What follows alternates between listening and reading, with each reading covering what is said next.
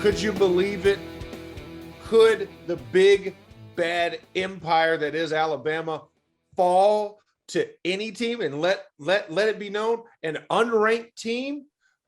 Clint, beginning of the season, we had this build as the big matchup, right? When we looked at the SEC schedule in totality, we looked at number 1 Alabama versus number 5.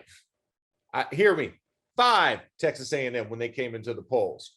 Well, the season happens. We get to this game. We've watched Texas A&M get absolutely whipped by a lot of teams. You lose your quarterback.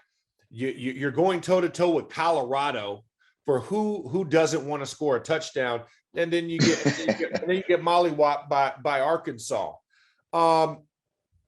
Nobody in their right mind picked Texas A&M to win this game on Saturday, and we finished that game off by the end of it, and Bama falls. Just kind of talk to me. How bad did Jimbo need this win? Of all the wins, how bad did he need this one? I would venture to say, if I could crawl inside Jimbo Fisher's mind, and he was completely honest with us, that this was the biggest win of his career.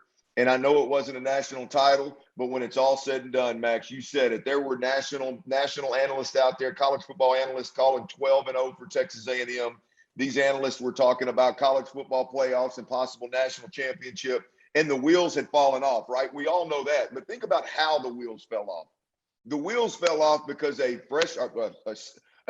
young quarterback that had won the quarterback competition, who threw 3 interceptions against Kent State, got hurt, right? Hard to say that the wheels are coming off because a young quarterback that proved to not be ready actually got hurt. Zach Calzada comes in, and he's the starting quarterback. It shouldn't be a complete come apart. Well, it was. You lose to Arkansas, and it could have been a lot worse than it was to Arkansas, and then you lose to Mississippi State at Kyle Field. This was an absolute huge game, no question about it. Jimbo Fisher, Mike Elko, and Zach Calzada needed it more than ever. I mean, Jimbo Fisher, Max, is an offensive-minded quarterback.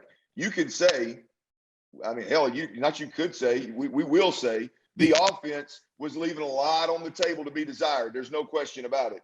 The quarterback play, he's one of the best quarterback developers in the country, right? Has been. And the quarterback play was suspect at best. Quarterback development and recruitment was obviously a major issue. Brother, the wheels were coming off, and Jimbo Fisher needed this one. And hats off to those guys, because that was an impressive victory for Texas A&M. Yeah, the wheels came off against Arkansas, and then the floor dropped out from under them after Mississippi State. So they were Fred Flintstoning at that point, going into this Bama game. And the other thing was the defense looked like it provided no resistance, and we just thought that they weren't going to be able to provide pressure. Well, they were hitting Bryce Young frequent and often. They stymied the run game and tried to force Bama into their strength, which was the secondary.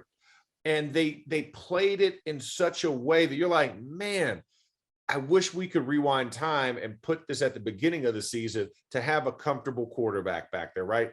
Let Calzada finally, he's sat down and has calmed down from a lot of the immaturity and, the lack of experience. I mean, frankly, and just to deliver that game, to answer Bama shot for shot and deliver that gutsy type of performance. I mean, just kind of talk about, as a young quarterback, right?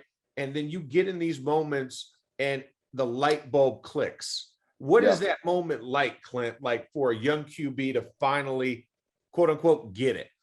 Well, the game slows down. I mean, the game slows down. Like the players, the offensive line and the defensive line, all those collisions going on in front of you, they're not as disruptive, if you will, or distracting, if you will, from a quarterback's perspective. And then that linebacker that's buzzing and that safety that's rolling down in a corner, it all just slows down because you expect it, you know it, you see it, and you just react and deliver the football wherever it's supposed to go.